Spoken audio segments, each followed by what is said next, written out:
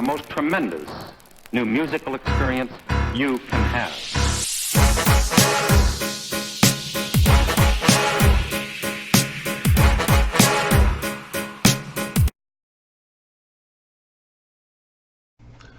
Alright, what's up y'all? It's Logan, and I'm here bringing you this review to this newest project called Jackboys by Jackboys. Now if you don't know who they are, it is a collab album consisting of the Cactus Jack Records artists such as Travis Scott, Don Toliver, Sheck West. You know the deal, you know the people. And just going into this one, I want to say a little bit of background about this one. I mean, I'm a pretty big Travis Scott fan. Can't say I'm the biggest fan of the rest of them. I know Don Toliver usually carries his weight, but overall, not the biggest fan of all of them. But I know going in, I expected something that would be hype, something fun to listen to, something that you could vibe with on a car ride, maybe in the club, something like that. So that's what I was expecting going into this. And of course, like I said, you know, big Travis Scott fan. Rodeo's one of my favorite albums of all time. I enjoyed Astro World, thought it was one of the better records last year. So I expected something decent from this one, definitely. We actually got a rumored track list that had 21 songs, including features from Playboi Carti and Kanye and all that. And so this is something that I went into extremely excited about. I didn't know how well they could carry 21 tracks, but I was still excited nonetheless, especially to see a lot of the great features that it looked like they were going to have. That being said, what we actually ended up getting was only 7 tracks, one of them being an intro track, that was like an instrumental, and one of them being a remix to Highest in the Room, the Travis Scott single, obviously, that got a lot of buzz. It was a really good track. I enjoyed that one. So that being said, yeah, we expected 21, we got 7. We didn't get anywhere near the features we expected. But nonetheless, a 7-track album can be good. That has been proven to be true by the likes of Daytona, Kids See Ghost, you know. So going into this, it didn't ruin my excitement for it by any means. Yes, it was disappointing to see we weren't getting a Carti feature or a Kanye feature, but nonetheless, I mean, some of the features didn't look like they'd be that bad. So I was still excited for it. And just straight up, I'm not going to go into a deep review into every single one of these tracks. However, I am going to touch on every track a little bit since there are only 7 and really 6, because I'm not going to talk about the intro track. But let's go ahead and dive into it. So first off, Highest in the Room. This being a remix, they use a different beat, and there's features on it. Travis Scott, obviously, he sounds the exact same on this one. Rosalia comes in. Not bad. Obviously, I only speak English, so I didn't understand what was actually being said, but it did not sound horrible, although it also feels a little displaced on this track. But overall, nothing to ruin it. And then Lil Baby, his verse. I hate Lil Baby. I hated the verse. That's just how it goes. I thought it was pretty bad. Not to say that it ruined the track, because the track was already ruined by the different beat that they used. The original beat for Highest in the Room was really good, actually perfect for the track. I don't know why they decided to change it for a remix, especially for an album that could have used a track like that. Like, yes, it's disappointing to get the same song you've already heard, but I mean, if you're going to do a remix with different artists, that could still be exciting, but they use a different beat that's so much worse. So overall, this track, very disappointing, and not a great way to open it. But you can forget that moving on. You go through the intro track, you get to the first actual track on here, Gang Gang. That's the one featuring Sheck West. He starts off rapping very quietly, and obviously, if you know Sheck West, at the very least, if you've heard Mo Bamba, you know he's better when he's hype, when he's loud.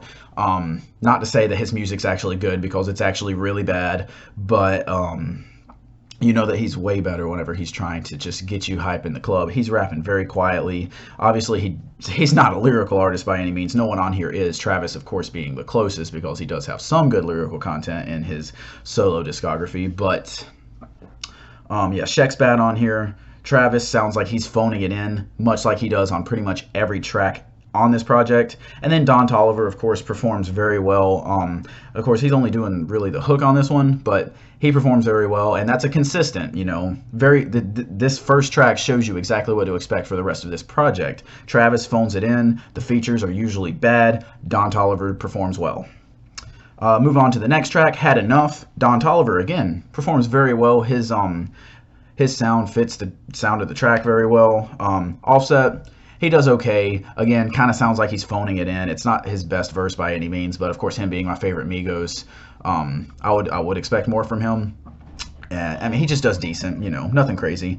Quavo, I mean, Quavo's probably my least favorite, even though he is the most hype out of the Migos. So you would think he would perform well on this track, and he usually has a lot of pretty good features, but he rides the auto-tune wave a lot on this one, auto-crooning a little bit, and I mean, while that, yeah, technically it fits the sound of the track, it just never works in my mind.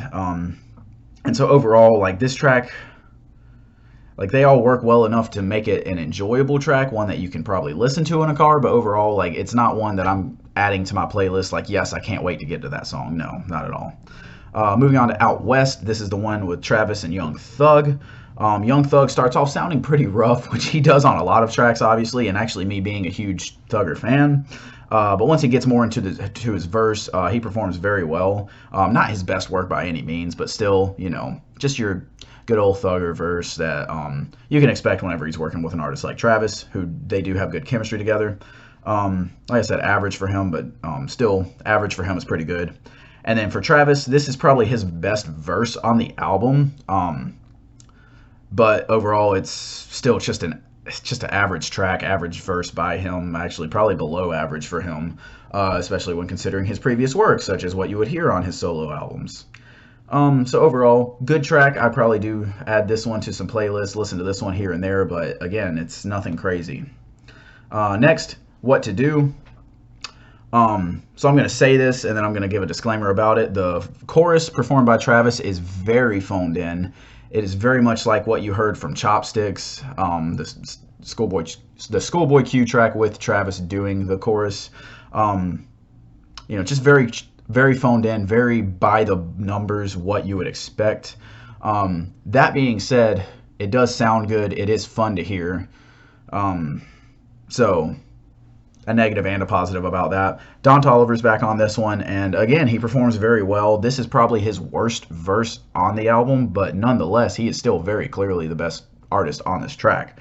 And then Travis comes in with a verse that's very short, very average for him, again, more phoned in, and this leads to more attention getting brought to the chorus since the verse is so short, and it's like it's bookended by the chorus, and that just makes it to where you're hearing it more and you're like, okay, yeah, this is very phoned in. It was enjoyable the first time, but now I've heard it like 5 times. It's kind of getting old now. Then moving on to the last track, Gotti. Pop Smoke, he legit sounds like a SoundCloud trapper. His verse was horrible. I'm not a Pop Smoke fan by any means, and this did nothing to convince me otherwise. Let's see. Other than that, Travis does actually get a chance to shine, being that Pop Smoke was so bad. And his verse is not bad. It's actually probably his best flow on the album. But the refrain at the end of the track performed by him just takes it down a notch for me, and it sounded really rough there. But overall, not a horrible track. Pop Smoke really ruins it, but Travis performs actually pretty decently on this one. Yeah, so that's all the songs. If you listen to all of this, you know, you're getting pretty bad lyricism. You don't really go into this one expecting good lyricism, though. Again, I went into this one hoping to get some club tracks, some summer vibes tracks, some riding down the road with the windows down, top off, whatever tracks, stuff like that. But overall, I mean, a lot of these artists perform very lazily. They don't sound like they're that interested in the songs. They just sound like, you know, we got all these big names together, we're gonna sell regardless, so let's just do whatever we have to do to get this project out. I mean, it's only like 21 minutes long, and it feels so much longer than that because it's not that enjoyable. That's all I wanted from this was enjoyment. I went into it really excited. You know, I love Travis, I like Migos, and I had heard great things about Don Toliver. I knew he would perform well. But Travis phoned it in. The Migos, they didn't do great. Young Thug was pretty all right. Sheck, of course, was horrible. Lil Baby, of course, was horrible. Pop Smoke, of course, was horrible. Yeah, just overall, this is a very phoned in performance by all of them. It's very disappointing to see this because, again, I was very excited. I wish we would have gotten the 21-track album just to see if it could have been any better. But honestly, if it was just like this, I got a feeling I would have been extremely disappointed by that, and I would have just had to sit through an hour's worth of this. So by that point, I'm kind of glad that we didn't get it. Overall, let me see if I have any more notes here. Yeah, a lot of it's just very derivative. The beats, very derivative. A lot of them sound unfinished. That's another thing you expect from artists like this. Good beats, at least. Good beat switches, even, from like a Travis Scott type project. And you just don't get that. They sound very unfinished, very like just we made this. Let's just do it.